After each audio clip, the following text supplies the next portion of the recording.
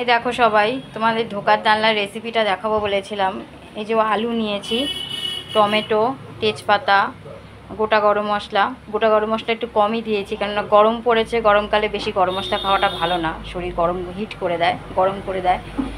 গোটা জিরে, আদা নিয়েছি, কাঁচা লঙ্কা নিয়েছি, আর এই যে ধোকাগুলো ভেজেছি।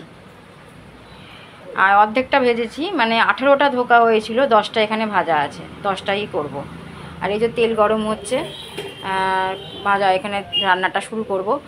আর তার সঙ্গে এইগুলোর সঙ্গে যে গ্রেভিটা হবে, গ্রেভিটার মধ্যে দেবো জিরে গুঁড়ো, লঙ্কা গুঁড়ো, হলুদ গুঁড়ো, নুন, চিনি দিয়ে এটা মানে গ্রেভিটা তৈরি হবে। তারপরে ঝোলটা তৈরি হয়ে যাবে। করতে থাকি আস্তে আস্তে। এই যেমন অন করছি,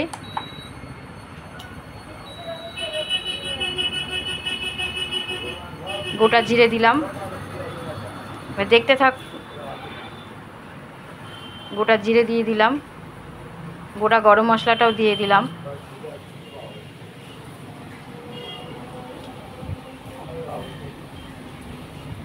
তেজপাতাটা দিয়ে দিলাম,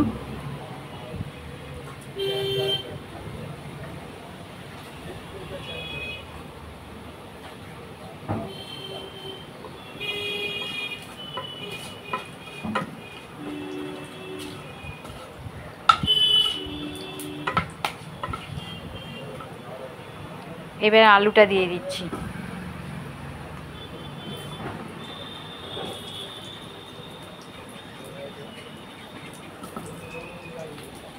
রান্নাটা হয়ে যাক, হয়ে গিয়ে তোমাদের আমি দেখাবো যে রান্নাটা কি কালারিং হলো আর কি পজিশনে দাঁড়ালো।